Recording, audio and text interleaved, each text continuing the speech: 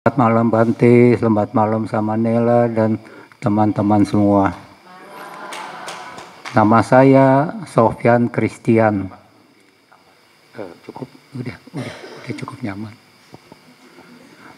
Iya, kalau dengar dari nama banyak yang sangka saya Nasrani, Kristen. Tapi itu karena waktu ganti nama, marga saya Tian. Jadi saya ambil Kristiannya itu. Jadi agama saya jadi sejak kecil dari lingkungan orang tua yang lumayan harmonis ya, kita juga dapat pendidikan di sekolah Tionghoa. Pada saat itu nggak ada pendidikan agama sama sekali.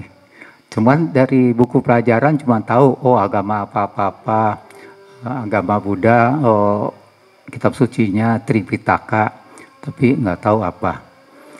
Dan usia saya sekarang 78. Jadi selama ini saya kalau sakit, saya selalu ke dokter, itu baik.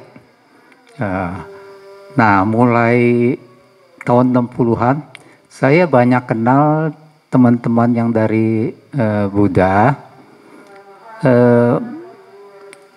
Jadi mulai mengenal meditasi, tapi meditasi itu maksudnya cuma menghilangkan stres dan supaya lebih sabar. Itu saya lakukan. Nah, ketika mulai tahun 70-an, tepatnya tahun usia saya udah 70, ketika dua tahun yang lalu, jadi 21, saya kedapatan kanker lambung. Jadi waktu itu kepikirnya ya udah harus rumah sakit. Padahal teman-teman waktu itu bilang jangan dioperasi, jangan dikemo, tapi dengan cara lain. Tapi saya pada saat itu udah nggak tahan. Jadi udah nggak bisa makan, mual, muntah terus, gitu. Jadi saya masuk rumah sakit, operasi, kemo lagi. Itu hasilnya bagus. Saya nggak mual, rambut juga nggak sampai botak ya. Jadi lumayan, jadi saya senang sekali. Tapi setelah itu pemeriksaan rutin itu mengatakan bahwa hasilnya tidak memuaskan. Hasil lab atau hasil scan. Jadi dokter ambil kesimpulan kalau begini harus dikemo lagi. Jadi saya waktu itu udah nggak berani kemo lagi. Ya selain biaya yang gede, tentu pasti merusak tubuh saya. Ini aja yang saya rasakan, tangan dan kaki saya udah kesemutan, bahkan kaki sampai ke betis kesemutan. Jadi saya sering jatuh. Nah, jadi belakangan saya bisa kenal ke sini ya karena jodoh juga, dikasih tahu di sini ada Bante Gunasiri. Langsung saya nggak pikir panjang lagi, saya daftar. Dan sebelum berangkat berapa hari, saya dengerin audio dari Bante, yang audio yang 1 jam itu. Jadi udah saya lakukan beberapa hari. Saat tanggal 21 ya kita berangkat ya. Udah saya sampai sini, waduh ini lingkungannya nyaman sekali. Saya dapat perlakuan yang baik, saya dikasih istimewa, dikasih kamar di bawah, berdua istri saya. Ya memang selama ini saya kalau jalan tuh harus dituntun, karena saya sering jatuh. Jadi saya bawa juga tongkat, tapi ternyata itu tongkat nggak dipakai-pakai di sini. Nah, jadi saya mulai sadar ya, meditasi itu bukan cuman hilangin stres, bukan sabar aja. Itu mengikis dosa kita, karma kita yang jelek gitu ya. Jadi saya jalankan. Ya, memang badan saya nggak peka, nggak bisa berasa apa gitu ya. Tapi saya yakin pasti sudah terjadi perubahan di dalam tubuh saya, di dalam pikiran dan segala alam pikir saya. Dan di sini setelah meditasi, saya naik ke lantai 2. Kalau pertama, saya naik satu tindak, satu gitu. Belakangan saya bisa naik 1, 2 langsung.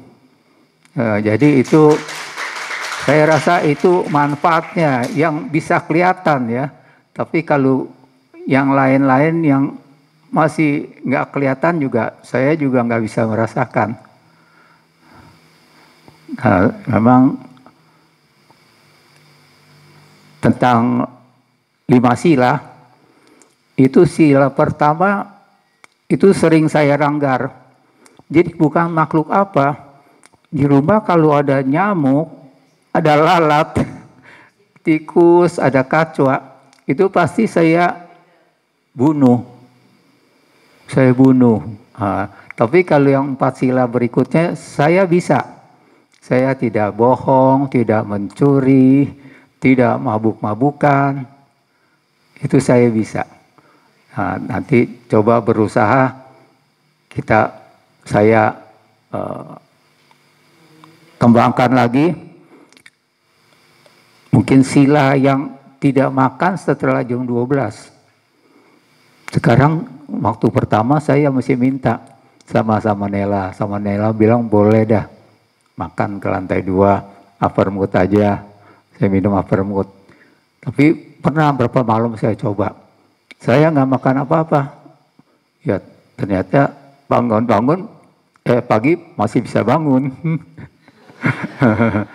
Ya jadi kalau dulu kan pelajaran kita, kita harus makan 3 kali, itu pelajaran kita di sekolah. Ya ternyata banyak yang kita tahu setelah datang ke sini. Memang saya besok harus pulang karena saya tinggalkan rumah juga terburu-buru dan anak saya juga nanti tanggal 4 mau datang dari luar negeri bawa cucunya. Saya pikir ada kesempatan saya berkumpul. Nanti saya udah beres-beresin di rumah, mungkin segala tagihan-tagihan karena di rumah saya cuma berdua istri saya. Jadi bisa ditinggalkan, saya tinggalkan. Saya tinggal di Jakarta. Sekarang saudara saya tinggal 1 di sini, adik perempuan. Adik laki-laki 2 sudah meninggal belum lama ini. Ada yang kena COVID, ada yang kena kanker juga ya. Ya, saya rasa mereka pikirnya karena virus ya. Tapi saya juga pikir waktu itu, ini mungkin dia sering keluar makan. Karena dia mual, adik saya yang terakhir ini. Jadi sering keluar makan, anaknya, papa nggak bisa makan. Ya udah, sering diajak keluar. Padahal pemulihannya dia jauh lebih baik dari saya kalau lihat dari fisik. Badannya sudah tambah gemuk. Kalau saya dari mulai keluar rumah sakit, tetap segini aja, enteng sekali. Nah, cuman sekarang saya bersyukur. Saya jalan kemana-mana di sini nggak mungkin dituntun istri saya lagi. Saya ke atas, ke kamar, saya bisa jalan sendiri, tapi saya hati-hati.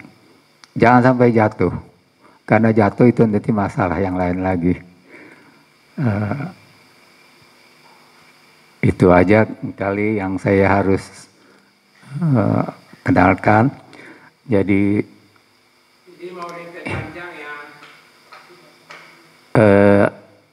ya nanti saya atur dulu, akan saya balik lagi ya.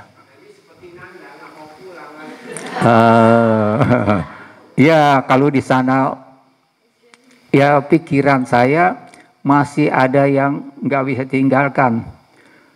Karena mungkin rumah itu rumah orang tua kan, saya tetap tinggal di rumah tua. Dan terakhir yang tinggal di situ saya. Jadi banyak barang-barang peninggalan ya. Nah, tapi sekarang setelah pikir barang itu udah bukan milik kita semua. Iya, bukan milik kita. Ya. Oh, jadi ya dikasihin orang aja, bisa jadi uang itu aja. Nah, rumah kalau bisa dikontrakkan, dijual, ya saya pikir saya hidup di sini lebih tenang.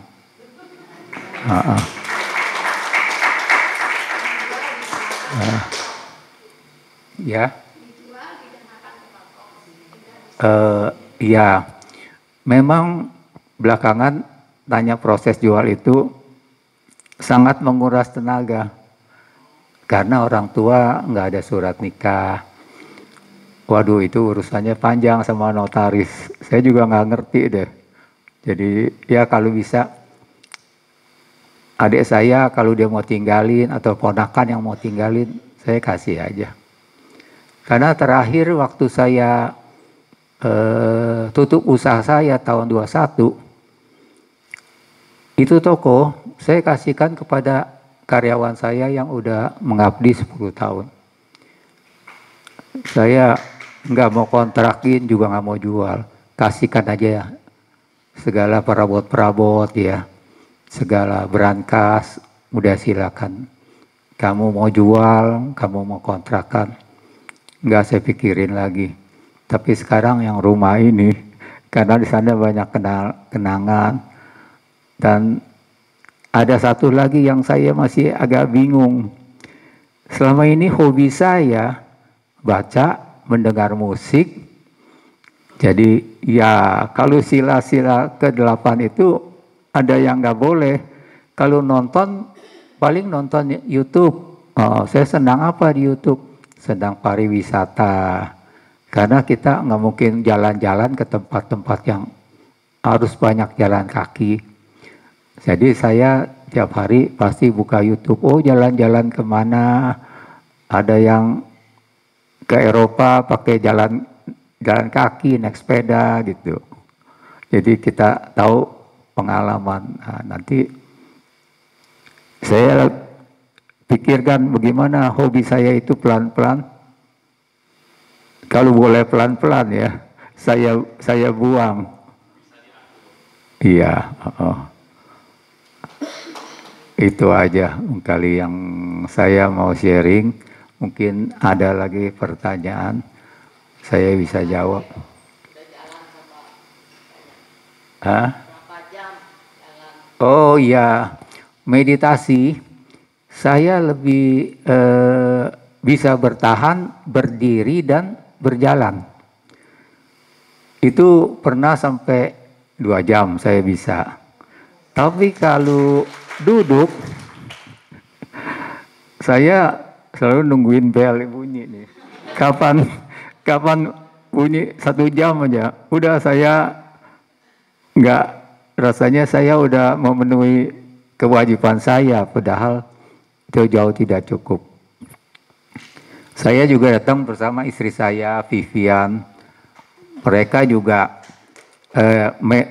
dia juga selama ini sepertinya relatif sehat. Nggak ada penyakit yang bagaimana mengganggu. Cuma diabetes di ambang batas, suka sakit punggung. Ya itu juga karena kegiatan untuk mengurus saya. Karena selama ini saya kalau keluar kumpul teman-teman misalnya, saya harus bawa makanan sendiri. Karena hampir-hampir nggak ada makanan di rumah makan yang saya bisa makan. Pantangan saya banyak. Setelah saya tidak ke dokter, saya minum jamu. Syaratnya harus itu, saya harus pantang gula, terigu, susu, dan daging. Nah itu. Tapi selama ini setelah pantang itu, saya nggak merasa berat gitu. Malah jadi saya pikir ini malah jadi irit. Kalau ke supermarket kan dulu ada cemilan apa, saya kepengen beli. Sekarang nggak kepengen lihat lagi. Itu jadinya mungkin setelah saya minum jamu itu. Kalau nggak ada pertanyaan, ya saya tutup sharing saya sampai di sini. Terima kasih.